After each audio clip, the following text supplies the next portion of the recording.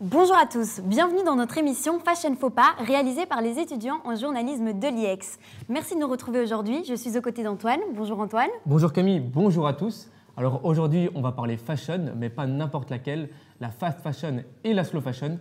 Dans cette première partie d'émission, on va se concentrer sur la fast fashion, ce qu'elle engendre et ce qu'elle représente. Nos journalistes sont partis à la rencontre des clients pour connaître leur avis. Ils nous en diront un peu plus sur le greenwashing des grandes marques de fast fashion, les pratiques marketing qu'ils utilisent pour nous pousser à l'achat compulsif et les conséquences écologiques qui en découlent. Alors aujourd'hui, le succès de la fast fashion est indéniable, mais ce mode de consommation jetable pose question, notamment pour ses enjeux écologiques. Alors on peut se demander comment ça se fait que le fast fashion est arrivé si vite sur nos marchés. La réponse en reportage d'Élodie, de Thibaut et de Camille. Les clients se bousculent, les bras chargés de vêtements à bas prix. Sommes-nous devenus accros à la consommation de masse ? Est-ce que tu sais ce que c'est la fast fashion? Et si oui, est-ce que tu peux l'expliquer? Je dirais que la fast fashion, c'est par exemple des magasins de vêtements qui renouvellent assez souvent leurs vêtements. L'industrie de la mode à toute vitesse, c'est-à-dire qu'on change de vêtements et de collection tout le temps. Une mode pas chère et qu'on jette très vite. La fast fashion, aussi appelée mode jetable ou éphémère, représente une industrie polluante aux conséquences sociales et écologiques lourdes. Malgré cette réalité peu glorieuse, ce mode de consommation rapide reste très utilisé. T'as les soldes d'été jusqu'à moins 70%, à partir de 99 centimes. Tu vois, ici, tu as la livraison gratuite à partir de 9 €. La stratégie de ces marques de fast fashion se base sur un marketing agressif et bien rodé qui nous pousse à consommer toujours plus. Donc là, j'ai 10 articles, j'en ai pour 85,23 €. J'économise 6,75 €, c'est vraiment pas cher. Dans cette célèbre rue commerçante bruxelloise, les enseignes de fast fashion sont très nombreuses. Les consommateurs sont-ils des habitués de ce mode jetable ? Est-ce que tu consommes souvent de la fast fashion? Malheureusement, ouais. Tout ce que j'ai sur moi, c'est de la fast fashion, quoi. Tout fait qu'on est poussé à l'achat en fait. Donc oui, clairement, moi je consomme. On nous pousse à se rendre compte de l'environnement, mais à côté, on voit ces magasins pas possibles où il y a plusieurs étages, où toutes les tailles, toutes les formes.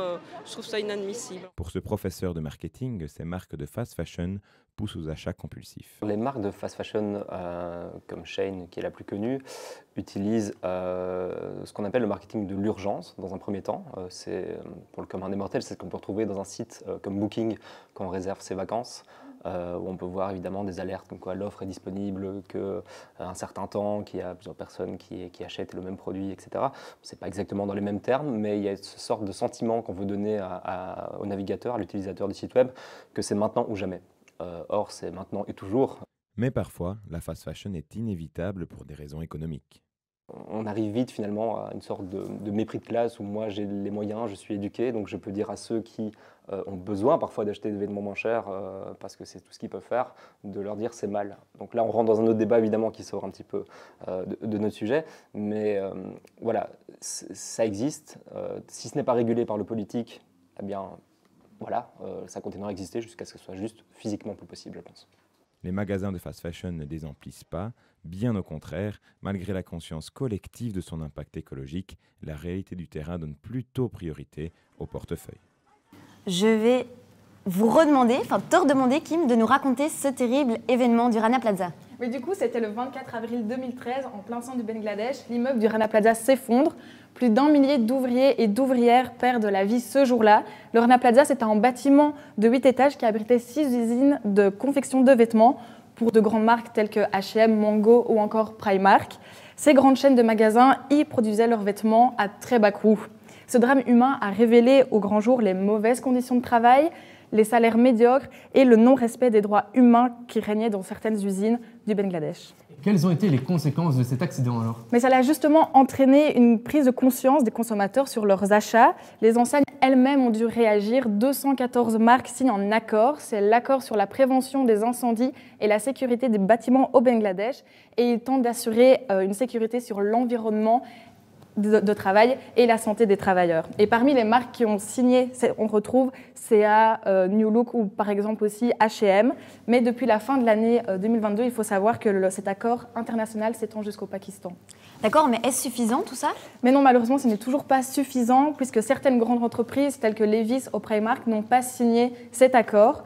Et des enseignes comme le géant chinois Shein, eux, font plutôt appel à des sous-traitants qui, eux, ne sont pas 100% transparents sur leurs conditions de travail, parce que leur objectif reste avant tout la rentabilité, c'est-à-dire produire plus à moindre coût afin de rapporter plus. Merci Kim pour ces explications. Alors on a le plaisir de recevoir sur notre plateau un représentant de l'ASBL Ashact. Denis Clarin, bonjour. Bonjour. Denis Clarin, donc vous êtes chargé de mobilisation pour Ashact. Depuis près de 30 ans, votre ASBL mène des actions visant à améliorer les conditions de travail dans le secteur de l'industrie légère. On a entendu Kim nous dire que ce qui est mis en place, ce n'est pas assez. Denis Clarin, vous êtes d'accord avec ça ? Alors clairement, le secteur de la fast fashion est un secteur où il y a de la sous-traitance en cascade, donc c'est très long. Et les conditions effectivement de travail sur tout le long de la chaîne sont préoccupantes parce que derrière on est sur du bas coût à tout prix et donc tout est vraiment réduit. Donc c'est à la fois la sécurité et on le voit avec le Rana Plaza, ce sont les salaires et c'est tout ce qui est la liberté d'association qui sont tous des droits fondamentaux qu'on retrouve dans toutes les constitutions du monde entier. Et quels accords internationaux ont été suivis de Rana Plaza ?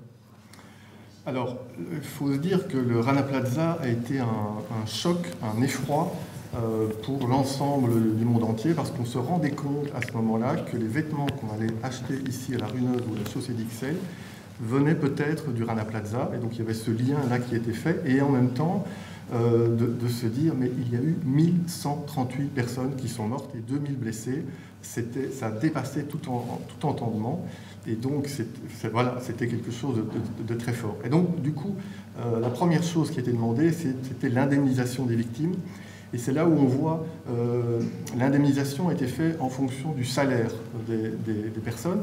Et donc quand on sait que le salaire est de 50 € par mois pour travailler 6 jours semaine, l'indemnisation liée à ça était forcément très basse. Donc ça, c'était un premier accord qui a eu, c'était de faire pression sur les marques pour que elles puissent être indemnisées sur les frais médicaux, tout comme aussi le fait d'avoir la perte de salaire. Et donc, toutes des choses vraiment très importantes. Donc, il y a eu un accord qui a été fait, mais grâce à la pression citoyenne, il y a eu toute une pétition qui a été envoyée. Et cette pétition a permis de faire pression sur les grandes marques. Donc ça, c'est comme quelque chose de super important. C'est toute une mobilisation qui a permis ce premier accord sur l'indemnisation. Le deuxième, et dont vous avez parlé, qui est l'accord Bangladesh, là, c'était pour répondre à la question en disant « Ok, mais Rana Plaza, plus jamais ça ». Et donc, il y avait déjà eu avant l'effondrement, parce qu'il faut savoir que cet accident était prévisible, il y en avait eu d'autres avant, et il y en a eu dans les 2 mois qui ont suivi le Rana Plaza, il y en a eu d'autres aussi, moins percutants. Mais donc, c'est un accord qui a été négocié avec les marques, les syndicats et notre réseau international, et qui demandait en fait aux marques de pouvoir mettre de l'argent pour permettre l'inspection des usines, la formation des travailleurs, la formation à la prévention de la sécurité. Et on peut dire qu'après 5 ans, parce qu'il a été mis sur 5 ans, il y a eu des résultats probants, puisqu'on peut dire aujourd'hui qu'il y a à peu près 2 millions de travailleuses qui en ont bénéficié. Denis, je vais vous poser une dernière question. En quelques mots, je sais que dans 2 semaines, le 1er juin exactement, vous avez rendez-vous avec les eurodéputés du Parlement européen pour votre campagne Vote of the Year. Pouvez-vous m'expliquer rapidement en quoi consiste l'action et quel est l'enjeu de ce vote ? Alors, ce qu'on veut en tout cas, c'est que ce secteur soit régulé, parce que pour l'instant, c'est un secteur qui s'autorégule. Ça veut dire que les grandes marques, pour elles, c'est leur propre code de conduite, ils font leurs propres audits, et il n'y a pas vraiment de contrôle. Donc ce qu'on demande, en fait, c'est une loi. Et la loi s'appelle la loi de devoir de vigilance. Ça veut dire qu'on demande dans cette loi que les grandes enseignes soient vigilantes tout au long de la filière et jusqu'au bout de la filière, qu'ils soient vigilantes du respect des droits humains. Et donc, cette loi, ça fait plusieurs années qu'on y travaille, mais avec d'autres aussi, dans d'autres secteurs, parce que le textile n'est pas uniquement le seul secteur où il y a de la sous-traitance. Et donc, cette loi est passée d'abord au niveau belge aussi, mais la Belgique a dit on voudrait que ce soit l'Europe qui d'abord commence avec cette directive. Donc, il y a eu un premier vote en commission qui a été fait ici fin avril. Et donc là, on a poussé l'eurodéputé à pouvoir voter dans le sens du texte qui nous semblait, en tout cas, enfin, qui avait été négocié. Et donc ça a été fait. Et donc maintenant, le deuxième vote passe au Parlement, cette fois-ci, le 1er juin.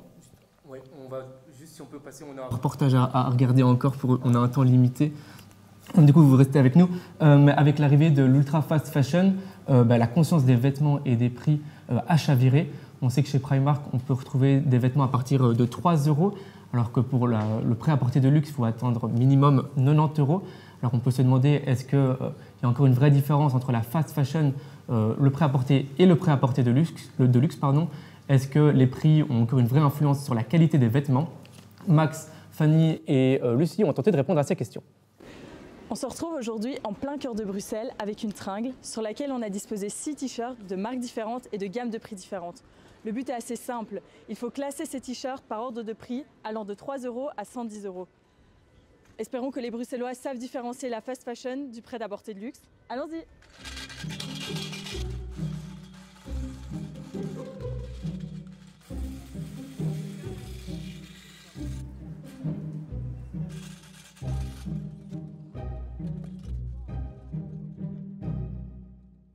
Voilà, vous voyez, on a 6 t-shirts qui sont tous. On a caché les logos, sinon c'est un peu trop facile.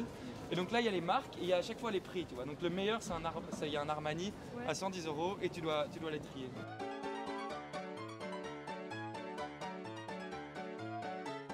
C'est tous les mêmes. Tu trouves que c'est tous les mêmes? Qu'est-ce qui te fait dire ça? Tu vois pas des différences? C'est un t-shirt quoi, franchement pour moi. Tu te bases sur quoi là? Sur l'épaisseur, mais je sais que ça veut rien dire. Les coutures aussi, ouais. Ouais, mais ça veut rien dire en vrai. Justement, on se fait trop berner par les marques. T'as fait un truc assez comique, c'est que celui à 3 €, tu l'as mis à 110 € en fait.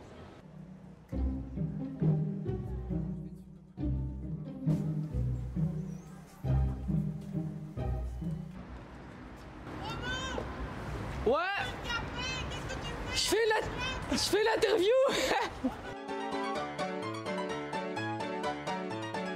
Tu trouves qu'il y a une grosse différence au niveau du textile? Non, au toucher tu sens pas je pense. À part pour celui-là, il est un peu flasque. Ouais, il est droit. Mais enfin il ressemble à rien donc oui. Ok. Pour moi c'est du H&M mais bon, soit. Mais moi c'est juste l'épaisseur en fait, je regarde juste ça.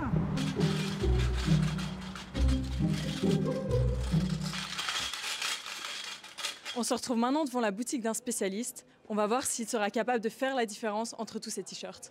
Maintenant, les t-shirts, si ça continue 1 an ou 2 ans maximum, après ils sont complètement déformés. Alors que...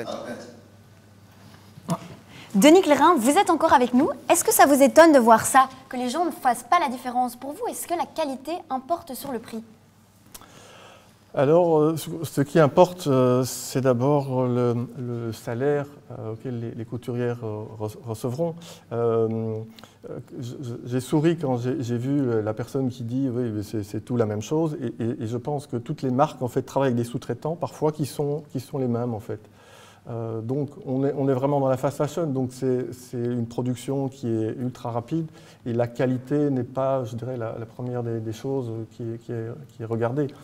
C'est plutôt l'aspect qui doit flasher pour qu'on achète. Ça va. Merci beaucoup Denis d'avoir été à nos côtés aujourd'hui et d'avoir répondu à nos questions. Faites-vous confiance aux labels, ces étiquettes qui garantissent l'origine et la qualité des prix des vêtements. C'est grâce à ça que certaines marques se donnent une image éco-responsable. Faut faire attention parce qu'en fait, ça peut quand même être du greenwashing. C'est ce que nous dit le reportage suivant réalisé par Antoine, Louise et Kim. Where some see rubbish, we see beauty. Matériaux recyclés, des affiches anti-gaspi, des étiquettes choix conscient ou encore 100% coton organique, c'est ce que l'on peut retrouver dans les magasins de fast fashion. Pourtant, ce qu'on lit n'est pas toujours vrai et lorsque c'est le cas, on parle de greenwashing. Donc le greenwashing, c'est une technique des fabricants qui vont mettre des petits logos pour faire penser que leur produit est plus durable, donc qui respecte mieux l'environnement, alors que ce n'est pas forcément le cas. Alors la production de vêtements à moindre coût pour l'environnement est-elle possible? Pouvons-nous être sûrs que les sites disent la vérité et que les produits sont réellement éco-responsables? Eh bien non. Tout fonctionne sur base de la confiance que le client va donner au label utilisé par les marques. A l'inverse, certaines marques sont totalement transparentes quant à leur choix de production. Il n'existe pas, pour l'instant, de normes officielles, de critères, de labels européens. Vraiment, il n'existe pas ce petit logo officiel. Comme on pourrait avoir le Nutri-Score, par exemple, c'est un logo officiel. On n'a pas de logo comme ça pour la neutralité carbone ou pour pour que ce soit plus responsable. Ce qui fait que les marques créent leur propre logo. Et donc, en fait, au final, ça ne veut plus rien dire. Pour faire confiance, il faudrait qu'il y ait plus de contrôle sur les labels avec des critères fixes. La question climatique et la durabilité sont des thèmes fortement abordés dans le secteur du textile aujourd'hui. Réunis dans un colloque à Anvers sur la mode durable, des experts, professionnels et des designers discutent du futur de la mode. Dans cette start-up axée sur l'industrie de la mode et les produits textiles en général, il est clair qu'il n'est pas possible de ne produire aucun CO2. Tout ce qu'on produit, il y a un impact négatif envers l'environnement. Après, ce qu'on fait, c'est justement de travailler avec le fast fashion et toutes les grandes marques qui ont une énorme production pour réduire leur impact. Malheureusement, il est impossible aujourd'hui d'avoir un produit avec une empreinte de carbone négative.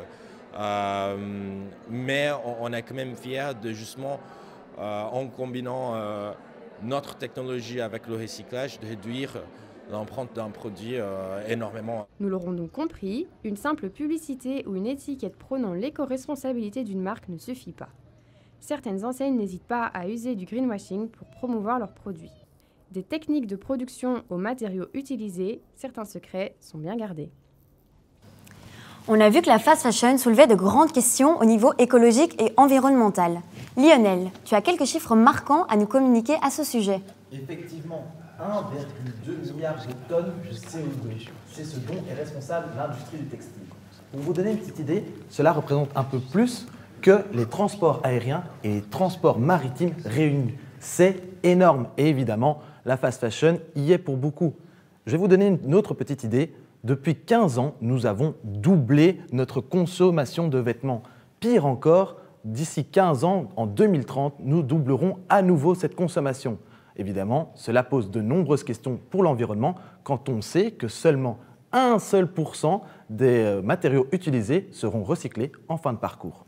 Et on imagine que c'est pas bon pour la planète tout ça. En effet, en dehors des émissions de CO2, il faut savoir que l'industrie du textile utilise pas moins de 4% de l'eau potable mondiale, ce qui l'amène sur la 3e place du podium en tant que consommatrice d'eau. Et évidemment, cette eau, elle est rejetée polluée par des teintures qui contiennent des métaux lourds, des solvants chlorés et aussi des acides. Enfin bref, toutes des petites substances toxiques qui, quand elles rentrent en contact avec le corps, peuvent provoquer des réactions cutanées, des difficultés respiratoires, voire même des cancers.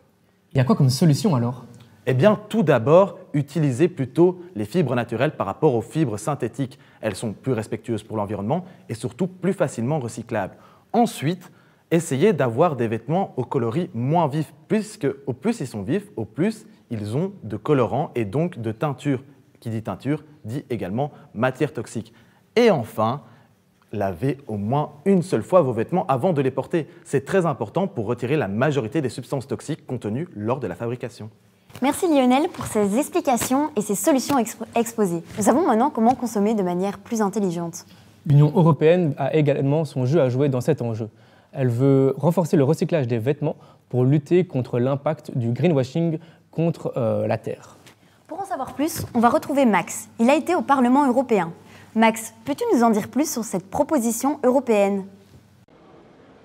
Oui, Camille-Antoine, cela fait déjà plus d'1 an qu'une proposition de loi est sur la table des députés européens pour faire barrage à la fast fashion, à la surproduction, mais aussi à la surconsommation. Je suis actuellement au Parlement, aux côtés de Saskia Bricmont, qui est députée européenne dans le groupe des Verts. Est-ce que vous pourriez nous en dire un peu plus sur cette réglementation en préparation ? Donc nous avons actuellement sur la table du Parlement européen, avec un vote en juin, une loi sur le devoir de vigilance des entreprises et donc qui obligera les entreprises, moyennant des sanctions en cas de non-respect, ce qui est nouveau, à respecter des standards sociaux et environnementaux. par rapport à la proposition initiale de la Commission, le Parlement étend les secteurs concernés, donc il n'y aura pas uniquement les secteurs à haut risque comme le textile, et la portée de la directive sur la taille des entreprises. Donc malheureusement, ça ne concernera pas les plus petites entreprises, mais majoritairement des grosses boîtes multinationales et leurs sous-traitants. Et ça, c'est quand même hyper important puisqu'on sait, par exemple dans le textile et dans d'autres filières, que c'est tout au long de la chaîne que les standards socio-environnementaux ne sont pas respectés. Et concrètement, nous, comment, pays européens, on peut avoir une influence sur cette production ? Eh bien justement, via cette loi sur le devoir de vigilance et l'imposition de sanctions à nos entreprises européennes et leurs sous-traitants. Donc elles vont devoir aussi assurer que les sous-traitants avec lesquels elles travaillent respectent les mêmes normes sociales et environnementales pour qu'au bout de la chaîne, l'environnement soit protégé, mais aussi et surtout les droits des travailleurs, les salaires, les droits syndicaux et des travailleuses, puisque dans le secteur textile, par exemple, c'est majoritairement des femmes qui sont exposées aux produits chimiques qui sont interdits en Europe et qu'on réimporte par nos textiles. Donc on voit que le législateur européen a un impact énorme en matière de réglementation. Et puis on a aussi, nous, en tant qu'Européens, en tant que consommateurs, finalement, un rôle à jouer pour faire en sorte de pousser nos marques à respecter ces obligations. D'un point de vue climatique, on sait également que la production intensive de textile, c'est une cause importante du réchauffement climatique. Aujourd'hui, qu'est-ce que la Commission met en place pour lutter contre cette production ?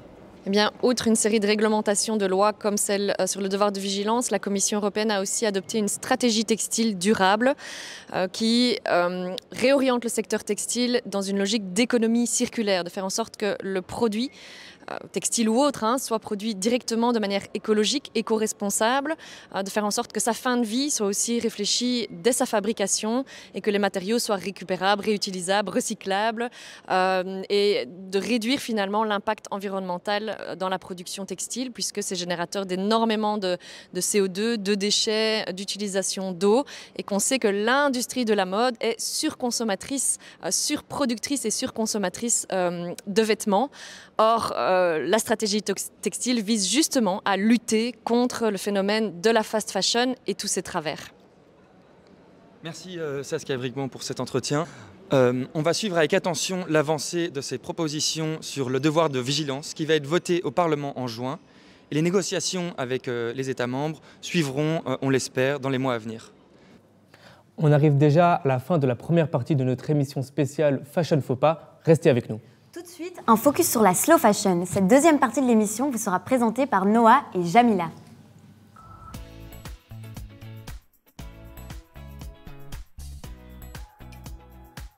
Retour dans la suite de Fashion Faux Pas. Dans cette deuxième partie de l'émission, nous allons aborder le thème de la slow fashion, qui est un terme qu'on entend de plus en plus souvent dans notre société. Au sommaire de ce magazine, qu'est-ce que la slow fashion ? Nous vous emmènerons dans les friperies de Bruxelles, suivi de l'acheminement des petits riens de la benne au magasin où vont nos vêtements. Nous finirons ce sommaire par les nouvelles créations, mais aussi des invités et des chroniqueurs. C'est parti. Vente au kilo, à la pièce ou encore magasin vintage, les fripes sont absolument partout. Et oui, de nos jours, la fripe, c'est chic. Et la slow fashion est plus que tendance puisque même les créateurs s'y mettent. Shana et Anas sont partis pour nous sillonner les friperies de Bruxelles et ont rencontré des créateurs. On regarde. Sympa. Ouais, du coup, je trouvais ça. En vrai, c'est pratique, t'as pas de poche dedans. Ouais, enfin, il est simple, quoi. Là, t'as trouvé une robe? Ouais, mais je vais essayer à voir. Je sais pas trop la texture, je sais pas ce que t'en penses. Plus je te vois bien avec les manches bouffantes, un peu comme ta chemise, là.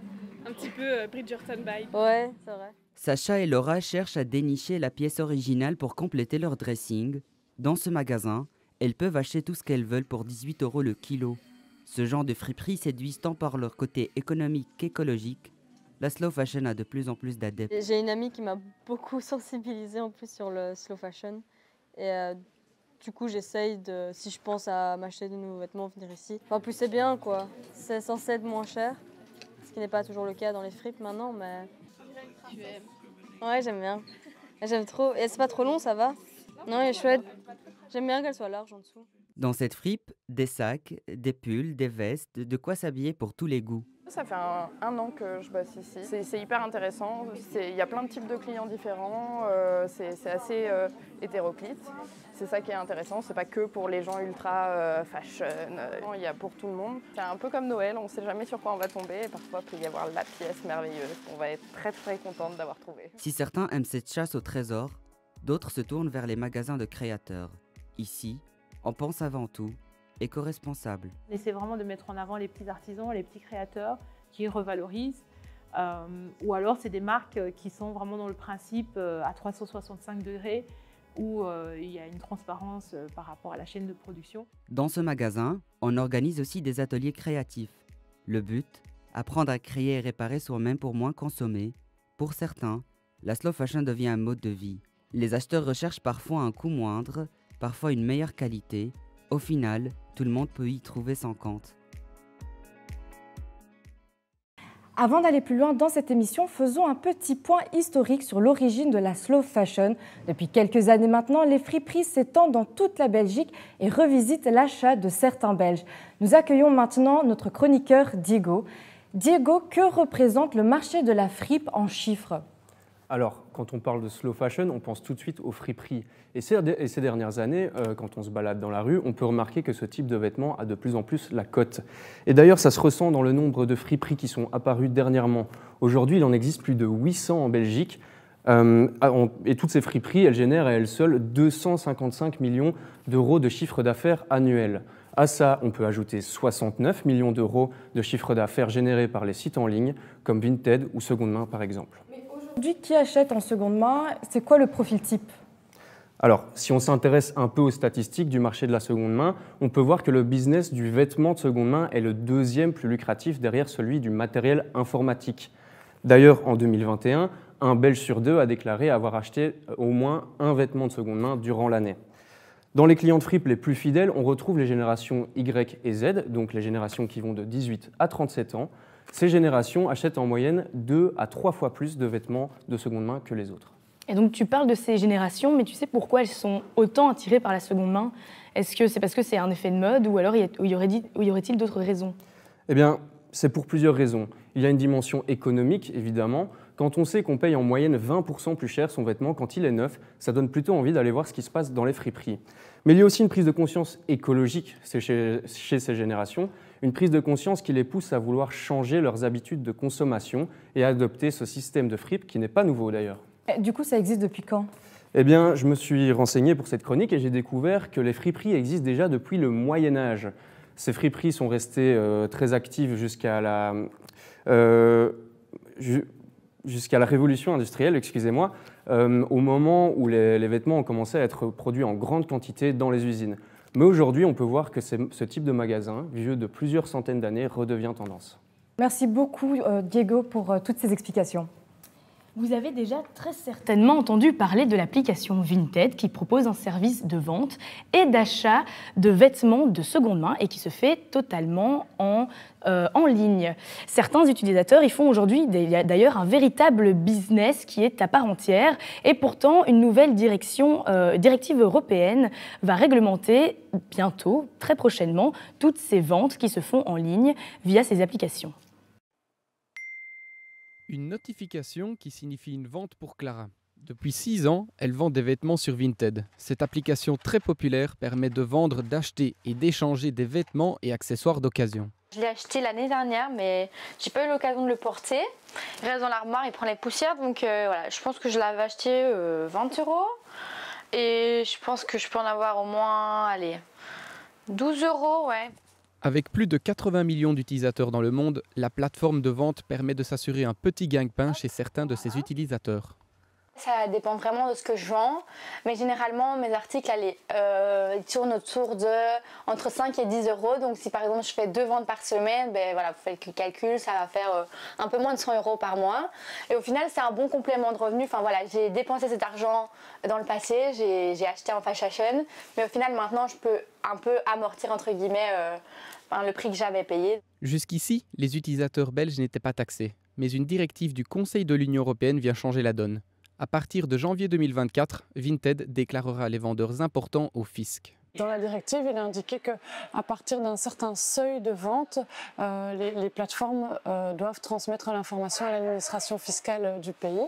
Et le seuil, c'est 2 000 € de vente ou 30 ventes par an. Il faut savoir que c'est un seuil indicatif. Ce n'est pas un seuil qui spécifie qu'à partir de cette vente-là, il va y avoir forcément une taxation. Les vendeurs occasionnels ayant dépassé ce barème seront taxés à hauteur de 33%. Les dons vestimentaires pour les associations caritatives sont en baisse. Notre journaliste Chana est partie à la rencontre d'une association pour comprendre les raisons et les conséquences de cette baisse de dons. Oui, Jamila, je suis justement en visio avec Nancy Ferroni, la porte-parole de la Croix-Rouge, où 40 tonnes de vêtements sont revalorisés en seconde main chaque année. Nancy Ferroni, bonjour. Bonjour. Donc la Croix-Rouge met à disposition des vesti-boutiques, donc ce sont des magasins de vêtements de seconde main. Comment faites-vous pour motiver les gens à donner leurs vêtements ? Alors, les vesti-boutiques, c'est quelque chose qui existe à la Croix-Rouge depuis déjà de nombreuses années. Et ce sont donc des magasins de vêtements de seconde main. Il y en a une centaine en Wallonie et à Bruxelles. Et toute l'année, donc, ces boutiques réceptionnent des dons de vêtements de particuliers qui sont en bon état. On met un point d'honneur à ne collecter que des vêtements en bon état. C'est pour ça qu'on ne met pas des containers à disposition du public, parce qu'on sait bien que les gens y mettent d'expérience beaucoup de choses qui sont de mauvaise qualité ou de piètre qualité, et donc on préfère demander aux gens d'apporter directement les vêtements dans les vesti-boutiques de la Croix-Rouge pendant les heures d'ouverture, et ensuite ces vêtements sont triés, vendus et revendus par les bénévoles dans les boutiques. Et ce qui est important de dire, c'est que c'est une économie solidaire, donc toutes les recettes générées par ces ventes de vêtements d'occasion vont être réinjectées dans les projets de la Croix-Rouge qui ne sont pas financés. Par exemple, l'aide aux personnes sans abri, donc les tournées qu'on fait dans la rue tous les jours pour aider les personnes sans abri, les colis d'urgence alimentaire et d'autres choses qu'on fait toute l'année. Ok, vous avez récemment mis à disposition des bons de réduction de moins 20% pour les donateurs. Est-ce que ça a été fait pour les attirer, notamment à cause du phénomène Vinted et les autres applications de revente de vêtements en ligne ? Mais l'opération a eu lieu dans le cadre de cette campagne de printemps, où justement, le printemps est une période où on va un peu trier sa garde-robe, changement de saison, on va passer des gros pulls aux petites robes légères, etc. Donc, c'est l'occasion justement de trier et de voir qu'il y a des choses qu'on ne met plus, et donc de les apporter et faire vivre ces boutiques de la Croix-Rouge. Donc c'est une opération qui a eu pas mal de succès, elle est terminée maintenant, donc ça a permis peut-être d'attirer des nouveaux clients qui connaissaient moins les boutiques de la Croix-Rouge, parce que beaucoup de gens pensent encore que ce sont des magasins qui sont réservés aux personnes qui n'ont pas beaucoup de moyens, qui sont dans la précarité, etc. Or c'est faux, ces magasins sont vraiment ouverts à tout le monde peut y pousser la porte. D'ailleurs, dans certaines boutiques, il y a de très belles choses. On a eu un don de la maison Nathan qui habille la reine Mathilde, et donc par exemple à la boutique de Nivelles, on trouvait des robes Nathan pour 60 ou 80 €, je ne sais plus très bien le prix, mais c'était vraiment un prix modique par rapport pour des robes de couture qui sont vendues par des grandes marques. Donc c'est important pour nous de miser vraiment sur cette qualité, de maintenir ce standing de qualité dans les boutiques de la Croix-Rouge. Et malheureusement, c'est la concurrence que nous porte Vinted ou des plateformes de vente ou autres plateformes de vente en ligne. C'est que les gens en général ont tendance à se dire ce qui est de qualité, ce qui est de marque, je vais plutôt le vendre, je vais faire un peu d'argent sur Vinted. Et on peut le comprendre, c'est la crise pour tout le monde, c'est l'inflation, la crise économique, etc. Donc les gens cherchent peut-être à se faire un petit revenu complémentaire en allant sur Vinted, mais il faut se dire qu'en venant à la Croix-Rouge, on aide quelqu'un. Et chaque don de vêtements à la Croix-Rouge est en quelque sorte un don vers une personne plus démunie de la société. Donc c'est vraiment cette économie solidaire qu'on veut mettre en avant. Ok, je pense que vous avez répondu à tout du coup. Merci beaucoup. Oui, je vous en prie. Au revoir, merci. Au revoir. Chaque année, c'est près de 170 000 tonnes de textiles qui sont jetés. Ça représente plus ou moins 15 kilos de vêtements par personne. C'est un chiffre qui est très important, surtout quand on sait qu'il existe d'autres manières de se débarrasser de ces vêtements, comme par le recyclage ou alors par le don. Alizée et Pamela ont suivi le parcours d'un vêtement donné de la benne jusqu'à son achat en boutique. Comme de nombreux Belges, Pamela a profité des vacances de printemps pour faire du tri dans sa garde-robe. À côté des incontournables, il y a les pièces qui prennent la poussière. C'est pour cette raison qu'elle a préféré faire don de son pull aux petits riens. Si le dépôt peut se faire en magasin, Pamela, elle, l'a fait dans une bulle en bas de chez elle. Direction le centre de tri pour le pull. Les camions viennent déverser en fait les textiles sur le tapis. Le tapis amène, il y a un pré-triage qui se fait, c'est-à-dire qu'on enlève les éléments qui n'ont rien à voir avec le textile. Ensuite, ça passe sur le premier tri qu'on appelle ça, où là, les produits sont placés par catégorie, pantalon avec pantalon, chemise avec chemise, veste avec veste, etc. Ensuite, ça passe au niveau de certaines tables où il y a un tri qui se fait plus adéquat dans le sens où on va donner la destination finale à ce tri. Certains articles vont alors partir en magasin et d'autres seront recyclés. Chaque année, les petits riens collectent 7000 tonnes de textiles. Pourtant, les personnes ont adapté leur manière de trier et préfèrent mettre leurs belles pièces sur des plateformes de vente. Ce qui n'est pas sans impact sur les dons faits aux petits riens. En fait, on n'a pas moins de dons parce qu'on en a de plus en plus, mais de moins en moins de bonne qualité. Du coup, au niveau ici du travail du tri, ça n'impacte pas forcément parce qu'on a de plus en plus de dons et donc on pourrait dire que ça offre la possibilité à des personnes de travailler. Mais d'un autre côté, c'est de plus en plus des produits qui sont de plus en plus difficiles à valoriser en magasin. Et du coup, par ricochet, ce qu'on peut craindre, c'est que ça impacte à un moment donné notre activité économique parce qu'on a moins de belles pièces qu'on peut valoriser et donc on a moins de bénéfices, etc. Les Petits Riens, c'est avant tout une entreprise d'économie sociale. L'activité économique est une plateforme de réinsertion pour plus de 500 personnes par an. Ce sont des travailleurs qui font une réinsertion vraiment professionnelle, qui nous ont envoyés par le CPAS. Il y a des personnes qui sont sous handicap aussi et que nous accompagnons pour retrouver en fait un certain équilibre au niveau professionnel. Donc ces gens suivent une formation et puis il y a aussi une partie des salariés. Le côté social et solidaire est au cœur de tous les projets des Petits Riens. Rien que pour le tri textile, il y a presque 100 personnes qui travaillent, tous statuts confondus. Et ça c'est très important chez les Petits Riens aussi, que ce soit ici au tri ou en magasin, enfin peu importe, dans toutes nos équipes, il y a une mixité de statuts. Après avoir été trié, le pull de Pamela est envoyé dans un des 27 points de vente de Belgique. Écoute, grosso modo, nous ici, par exemple, pour te donner un aperçu du fonctionnement, le matin on a des livraisons qui viennent de Zune, donc c'est des commandes que l'on fait par exemple milieu de la semaine précédente. Donc ces livraisons arrivent, on les reçoit en magasin, on les décharge et ensuite en fonction des demandes et des nécessités du magasin, on va directement les implémenter dans le magasin ou quoi. Certains clients se rendent dans ces magasins pour trouver la perle rare, mais pour nombreux d'entre eux, ce sont les prix qui les attirent. Parce que ça coûte tellement cher dans les magasins et alors moi je suis pour le seconde main à fond, une deuxième vie aux vêtements en fait.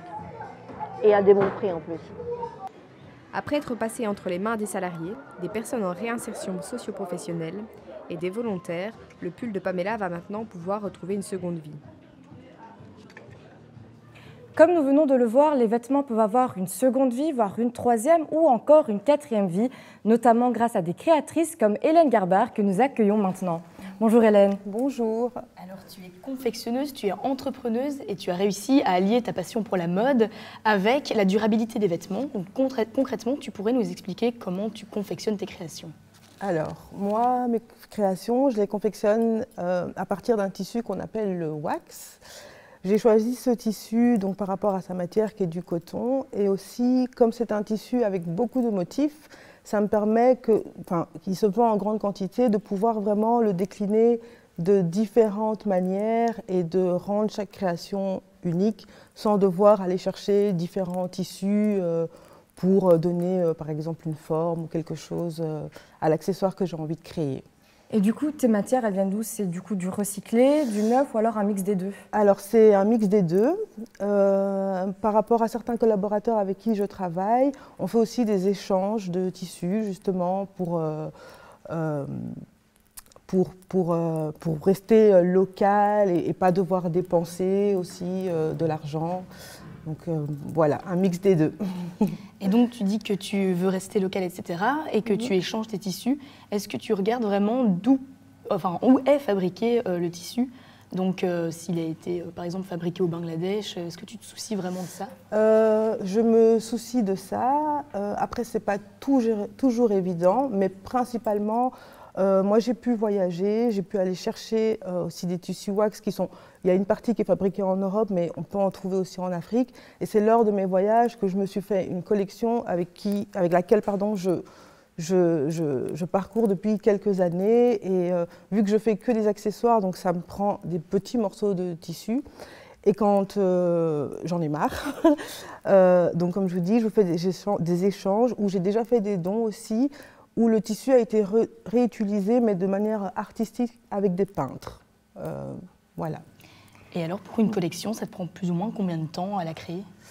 Ça dépend. Ça dépend. Plus ou moins, pour mes accessoires, en général, je mets plus ou moins 1 mois à créer ma petite collection. Super. Alors, comme Hélène, il est possible de recycler ces vêtements, des vêtements qui ont déjà été utilisés, mais parfois on n'a pas vraiment envie de remettre des vêtements qui ont déjà été utilisés, et qu'on préfère acheter du neuf. Maëlle, est-ce que c'est possible d'acheter du neuf tout en étant éco-responsable? Eh bien oui, Noah. Les entreprises aujourd'hui, elles innovent et elles proposent des alternatives aux tissus synthétiques. Comme ça, on peut consommer, mais mieux. Alors, par exemple, les algues, on va les transformer en un tissu doux et léger qui va transmettre à la peau des vitamines et qui, en plus, va l'hydrater. Mais on peut aussi composter nos vêtements et nos baskets parce que de la semelle de chaussure au bouton de chemise, tout a été pensé pour que nos vêtements puissent être enterrés directement dans le jardin.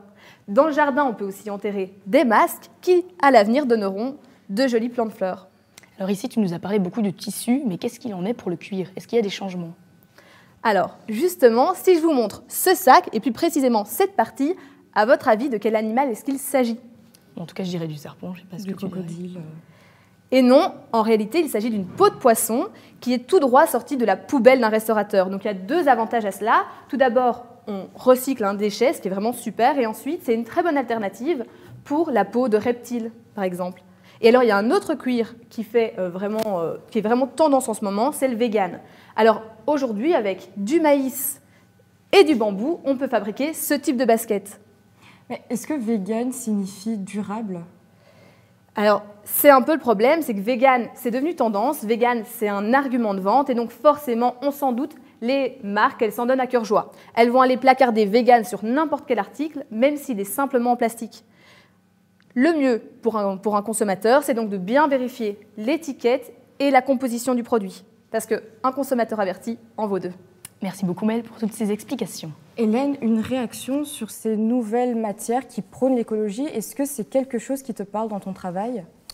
Oui, ça me parle parce que c'est important. Enfin, voilà, il y a les générations futures qui sont là.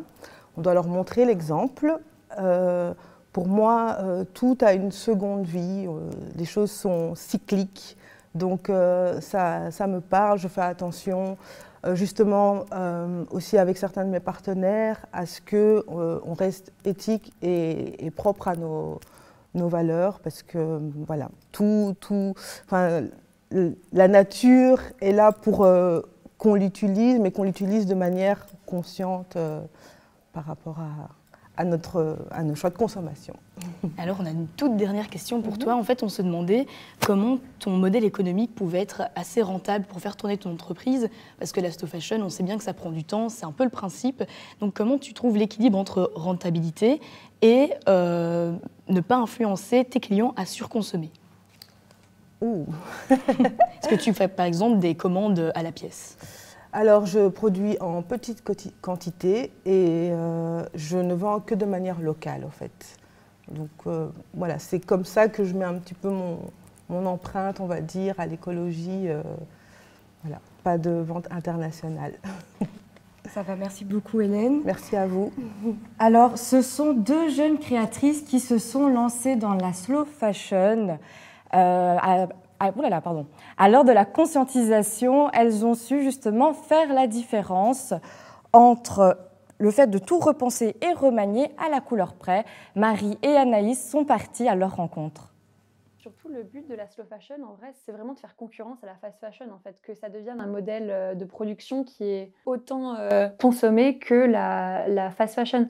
La slow fashion met en avant de nouvelles manières de créer, en ayant une éthique de travail plus responsable. En fait, pour éviter aussi surproduction, c'est du coup faire à la commande.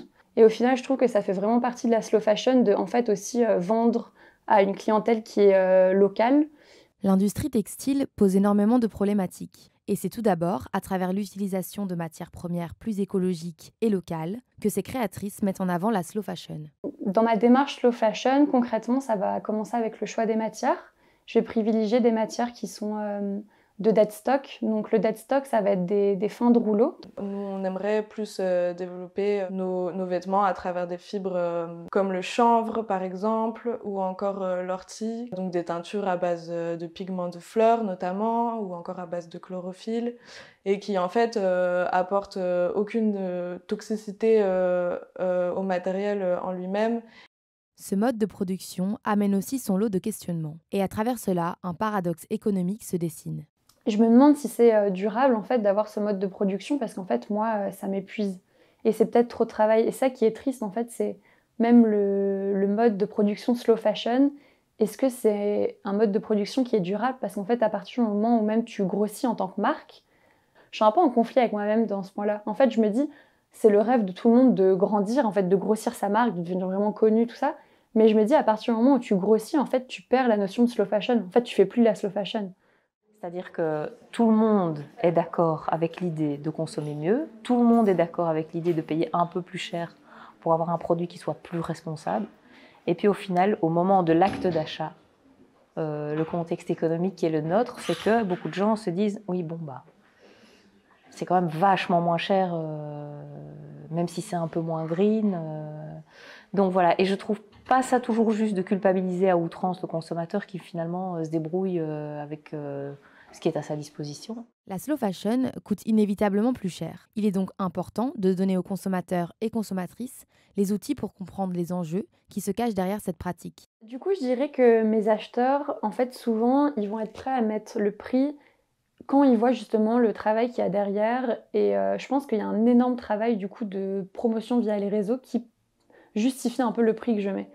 Et qu'en est-il du futur ? Serait-il possible que la slow fashion devienne la norme de consommation ? Cette question de mode aussi parce qu'il y a une notion que c'est éphémère, mais je pense que c'est une mode qui va être sur le long terme. Est-ce qu'un jour on va réussir à inverser la tendance à force d'éducation et à force d'expliquer aux gens à quel point c'est important? C'est évidemment un objectif vers lequel on tend tous, mais on sait aussi que l'adversaire est redoutable. En tout cas, moi, je sais que maintenant, c'est presque un peu comme un mode de vie, au final, la slow fashion. J'ai envie de dire de juste comment tu consommes, dans ta manière d'être. Donc, je pense que c'est quelque chose qui va durer. En tout cas, moi, j'espère continuer comme ça. C'est déjà la fin de notre émission Fashion Faux Pas, l'émission dédiée à la fast et à la slow fashion. On espère que notre émission vous a permis d'apprendre un peu plus sur ces deux thématiques. En tout cas, un grand merci à l'équipe technique et à nos journalistes. Mais surtout, merci à vous de nous avoir suivis et à bientôt sur Mammouth Média.